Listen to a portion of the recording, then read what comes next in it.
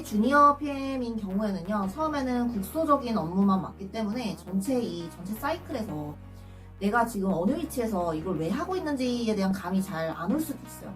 그래서 일단 첫 영상에서는, 지금 이 영상에서는 프로덕트 개발의 라이프 사이클을 총 6단계로 나눠볼 겁니다.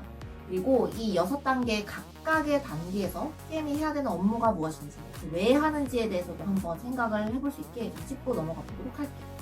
자, 그러면 시작하겠습니다. 네, 반갑습니다. 네, 프로덕트 매니저 사나입니다. 네, 벌써 두 번째 영상으로 돌아왔고요. 첫 번째 영상 때부터 해서 지금까지 이제 한 3일 정도 지났는데, 일단 제 채널을 구독해주신 지금 신규 구독자 여러분들 27분이나 벌써 오셨거든요. 너무 감사드리고, 다른 유튜버분들, 구독자 많이 데리고 계시는 유튜버분들이 보시면 27명 뭐 이럴 수도 있지만 저는 너무 소중하거든요. 왜냐면 제가 지금 첫 번째 영상 올릴 때 그 KPI를 저는 2명을 잡았어요. 2명을 잡았던 상태에서 지금 27명 돼가지고 제 나름대로 10배를 달성했기 때문에 정말 감사드린다는 말씀을 먼저 전해드리고, 그리고 이제 원래 약속했던 대로 지금 저는 이제 PM을 준비하시는 취준생 분들, 그리고 주니어 PM 분들을 대상으로 해서 먼저 채널을 운영을 시작해야지 하는 목표였기 때문에 이번 영상에서 좀 뭐가 먼저 설명을 드려야 좀 도움이 많이 될까 하고 고민을 했었어요, 이 3일 동안. 그래서 제가 이번에 가져온 그 주제는 제품 개발 라이프 사이클이라는 주제로 먼저 얘기를 드리고 싶고요. 제가 주니어 시절, 그러니까 아주 초창기 시절에 좀 어려웠던 부분이 PM으로서 해야 할 일이 너무 많았던 게 좀 어려웠던 것 같아요. 그러니까 우리가 필요하면 뭐든지 한다 이래가지고 PM이다 이런 말도 있듯이 업무 범위가 굉장히 넓습니다. 그리고 이제 특히 주니어 PM인 경우에는요, 처음에는 국소적인 업무만 맡기 때문에 전체 사이클에서 내가 지금 어느 위치에서 이걸 왜 하고 있는지에 대한 감이 잘 안 올 수도 있어요. 그래서 일단 첫 영상에서는, 지금 이 영상에서는 프로덕트 개발의 라이프 사이클을 총 6단계로 나눠볼 겁니다. 그리고 이 6단계 각각의 단계에서 PM이 해야 되는 업무가 무엇인지, 왜 하는지에 대해서도 한번 생각을 해볼 수 있게 좀 짚고 넘어가 보도록 할게요. 자, 그러면 시작하겠습니다. 네. 첫 번째 단계는요, 그 디스커버리 단계라고 합니다. 이 디스커버리 단계에서는요, 고객의 문제를 발견하는 단계예요. 그래서 고객이 가지고 있는 문제가 뭔지를 우리가 찾아내고 발견하고 하는 단계가 디스커버리 단계인데, 이때 이제 여기에서 고객의 문제라 하면요, 누군가가 직접 그 기능 요청 문서를 가지고 들고 와서 어떤 기능 개발해주세요 라고 요청하는 경우도 있고요. 그리고 반대로 저희가 어떤 데이터나 지표 혹은 뭐 유저에 대한 어떤 인터뷰 이런 것들을 통해서 이 문제를 발견을 직접 해나가는 경우도 있습니다. 그러니까 이런 방식들이 다양한데, 여기에서 이제 조금 주의해야 할 점이 있다라고 한다면은 이 문제라는 것에 대한 어떤 크기의 측면인데, 너무 작은 문제, 그러니까 이거를 풀어봤자 별로 비즈니스적인 임팩트가 나올 것 같지가 않은데 하는 약간 조금 좀 쬐끄만한 문제다 싶으면은 사실상 별로 좋은 건 아니겠죠. 그러니까 좀 비즈니스적인 임팩트가 있으면서 충분히 이 고객들이 고통받고 있는 어떤 지점, 그러니까 충분히 문제가 풀 가치가 있을 정도로 커야 하고, 대신에 그게 막뭐 지구온난화처럼 말도 안 되게 무슨 큰 문제여서는 안 되고요. 그게 이제 우리 개발팀에서 해결할 수 있을 정도의 실현 가능하고 해결 가능한 문제여야 합니다. 그런 점을 좀 주의를 하셔야 되고, 그럼 이때 이 발견 단계에서 PM이 무슨 일을 해야 되느냐라고 한다면, 제가 썼던 브런치 글을 보고 설명을 드리고 있는 건데, 이 브런치 글 같은 경우에는 제가 링크에다가 달아놓을게요. 그러니까 밑에 그 영상 밑에 댓글로 제가 링크 달아놓겠습니다. 그래서 가서 한번 보시면 도움이 되실 거예요. 내용이 좀 정리되어 있습니다. 네, 그래서 PM이 문제를 발견하기 위해 이 단계에서 뭘 해야 되느냐, 다른 사람으로부터 받은, 다른 팀 혹은 다른 분들에게서부터 받은 기능 요청서를 분석하거나, 아니면 터널의 지표를 분석하거나, 고객에게 인터뷰를 해서 문제를 발견하거나, 아니면 컨셉 목업 테스트라고 해가지고 그 목업을 테스트하면서 문제점을 발견할 수도 있고요. 그리고 장기 전략에 대해서 사람들이랑 논의를 하면서, 회사 팀이나 동료분들과 논의를 하면서 문제를 도출해낼 수도 있고요. 그리고 경쟁사를 리서치하고 시장 조사를 하고, 혹은 브레인스토밍 세션을 열고 디자인 스프린트 같은 것들을 열어가지고 문제를 발견하기도 합니다. 지금 제가 말씀드린 이 외에도 기타 등등 여러 방식으로 이 문제를 발견하는 행위들을 하고, 특히 여기서 좀 제 컨셉 목업이 뭐냐, 뭐 터널 지표는 뭐냐, 디자인 스프린트는 뭐냐, 이런 게 좀 헷갈리실 거예요. 이거 다 뭔 소리냐. 자, 이거 구독과 좋아요를 눌러주시면 제가 앞으로 천천히 다 설명해드리겠습니다. 지금은 일단은 너무 디테일한 부분보다 큰 그림을 보는 시간이니까 일단 넘어갈게요. 이거 궁금하시면 구독과 좋아요, 댓글 달아주세요. 네. 그래서 이런 역할들을 하고, 그 다음에 이제 발견을 했어요. 이제 여러분이 충분히 다 어떤 고객한테 공감을 해가지고 아주 고통점을 잘 찾아냈습니다. 이 문제라고 하는 거를 잘 찾아냈어요.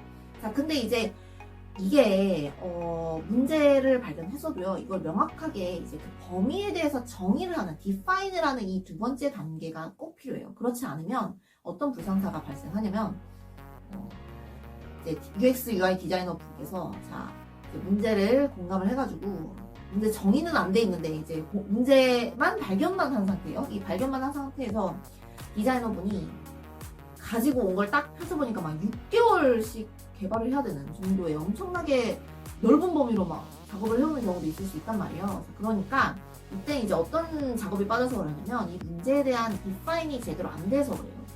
이 디파인을 한다는 거는 이제 어떤 말인지 한번 제가 설명을 드리면, 이것도 PM의 업무가 어떤 것들이 있는지 한번 보시면 좀 이해가 되실 텐데, 일단 발견 단계, 이 디스커버리 단계에서 발견했던 그 문제들의 우선순위를 설정합니다.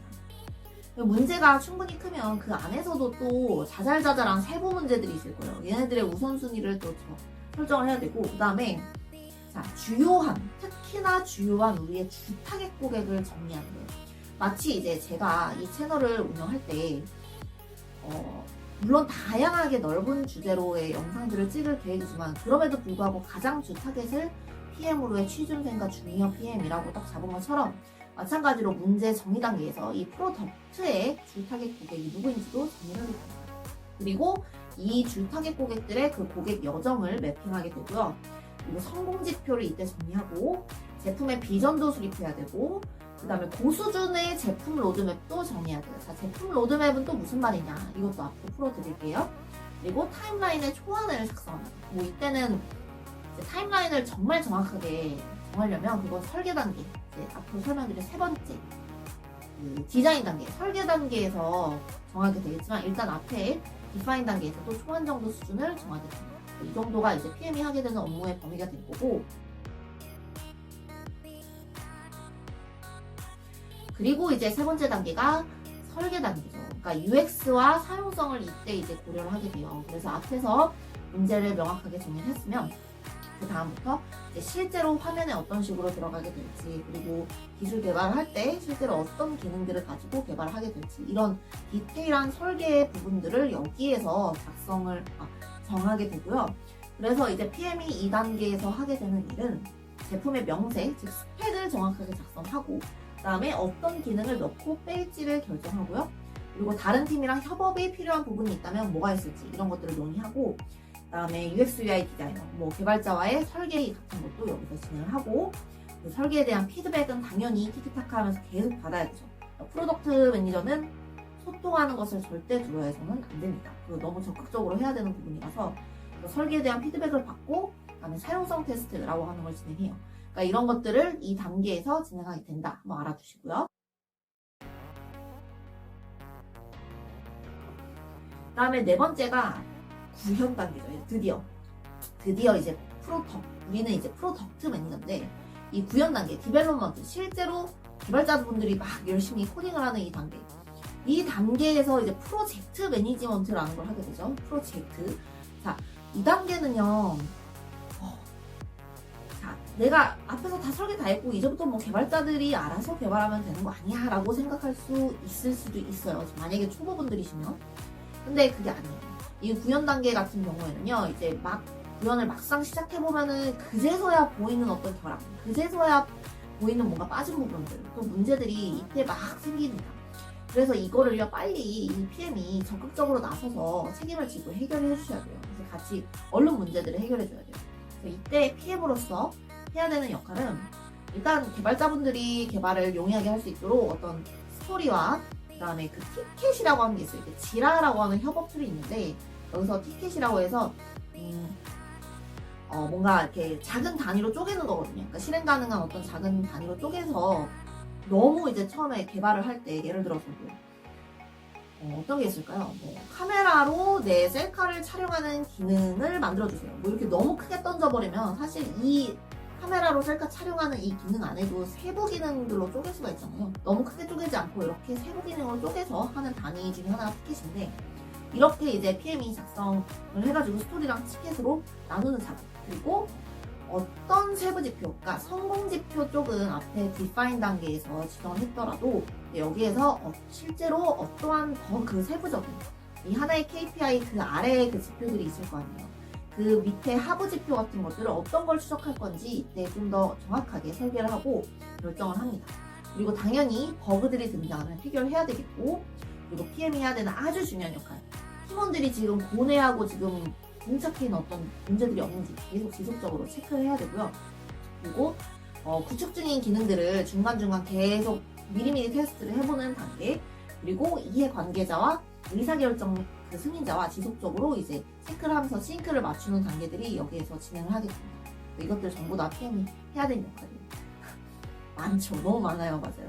자, 근데 이제 한 명의 PM이 이 모든 전체 과정을 보통 하진 않을 거예요. 아마 이제 매우 규모가 작은 스타트업이라면 전부 하게 될 수도 있는데 어느 정도 규모가 있다 싶다면은 이제 주니어 PM이 해야 되는 역할과 또 시니어 PM이 해야 되는 역할과 또 완전히 리더급이 해야 되는 역할과 이런 게 또 나뉘어요.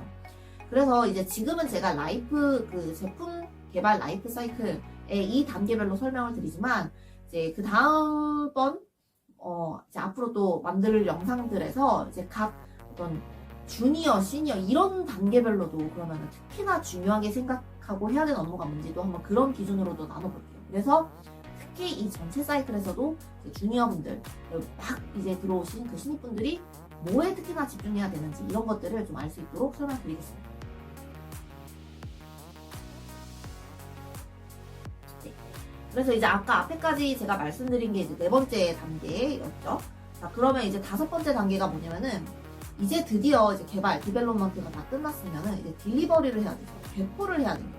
그래서 고객들한테 실제로 우리가 지금까지 열심히 개발했던 거를 배포하고 보여주는 이 단계가 필요하고 자, 이때 이 배포했다라는 이거를 그 우리 유저들한테 굉장히 이벤트를 막 열어가지고 이게 아주 대대적으로 홍보할 수도 있고요. 아니면 그냥 패스하고 그냥 이렇게 별다른 홍보 없이 그냥 그렇게 배포할 때도 있습니다. 근데 이제 보통은 홍보를 하게 되고 또 하는 게 이제 내부적으로도 사실상 배포를 한다 하면 약간 축하하는 자리를 마련하기도 해요. 왜냐면 우리가 로봇이 아니라 다 같이 감정을 가진 사람들이 하는 거다 보니까 이제 그동안에 일했던 걸 축하하고 그리고 또 해고도 하고 하는 의미에서 그런 축하하는 식을 열기도 합니다.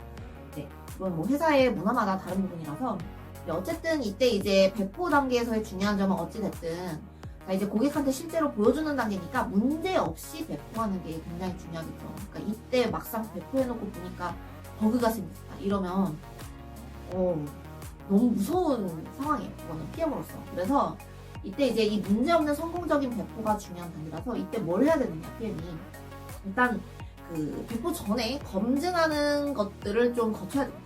그 우리가 개밥 먹기라고 해서 그 개밥을 우리가 직접 먹어본다. 그러니까 엄청나게 사용자한테 공감해서 미리 이제 써본다는 그런 의미인데 이 도구 푸딩을 하거나 뭐 베타 테스트, A/B 테스트, 안정성 테스트 이런 걸 전부 다 거쳐야 되고요.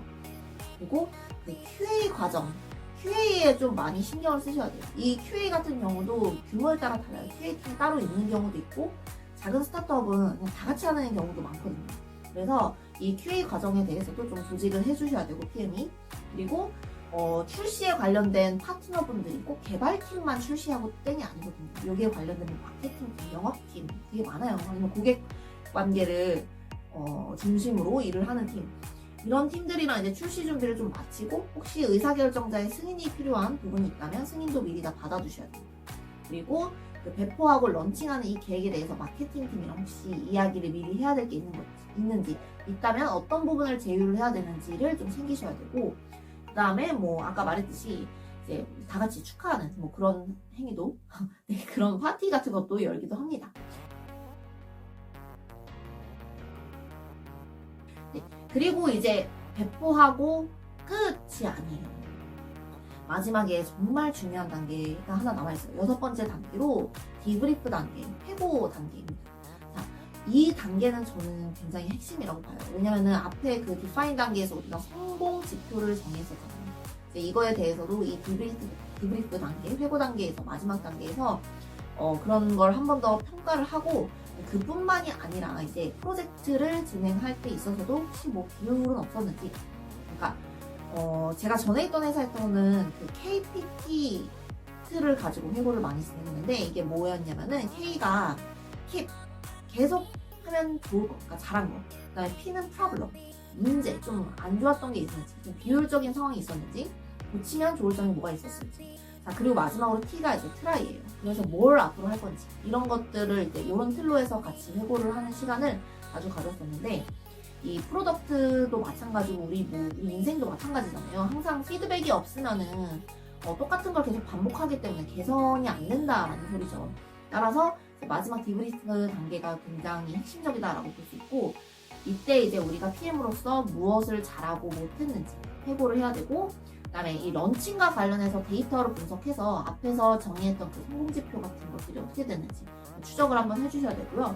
그래서 여기에서 만약에 지표 데이터를 가지고 이제 성공 여부에 대해서도 좀 판가름을 하게 되고, 그리고 고객의 피드백, 이제 런칭을 딱 하고 나면 고객 피드백이 변화가 딱 생겼기 때문에 막 들어올 거예요. 이런 고객의 피드백을 좀 읽으면서 빠르게 후속 조치를 해야 되는 것들이 있는지, 그런 것들 우선순위를 이때 정합니다. 앞으로 후속 조치를 해야 되는 것들 중에 특히나 먼저 해야 되는 것들이나 이런 것들을 좀 보게 되고, 그 다음에 사내에다가 런칭의 결과를 공유합니다. 아까 그 앞에 배포했을 때 축하하는 거랑 좀 비슷한 맥락인데, 항상 여러분 특히 프로덕트 매니저로서 우리는 염두에 두어야 하는 게, 우리는 사람이랑 일하고 있어요. 우리 챗GPT랑만 일하는 거 아니잖아요.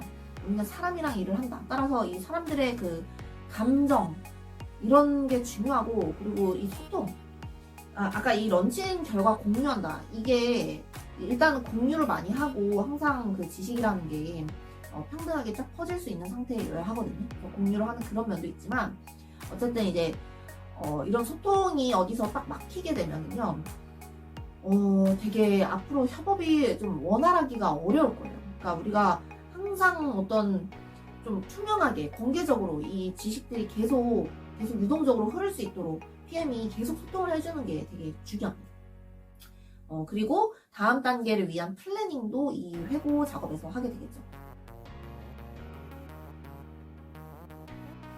네, 이렇게 해서 총 6단계가 되고, 제가 이제 영상의 길이가 너무 길어지게 하고 싶지 않아서 벌써 17분을 제가 지금 촬영을 했네요.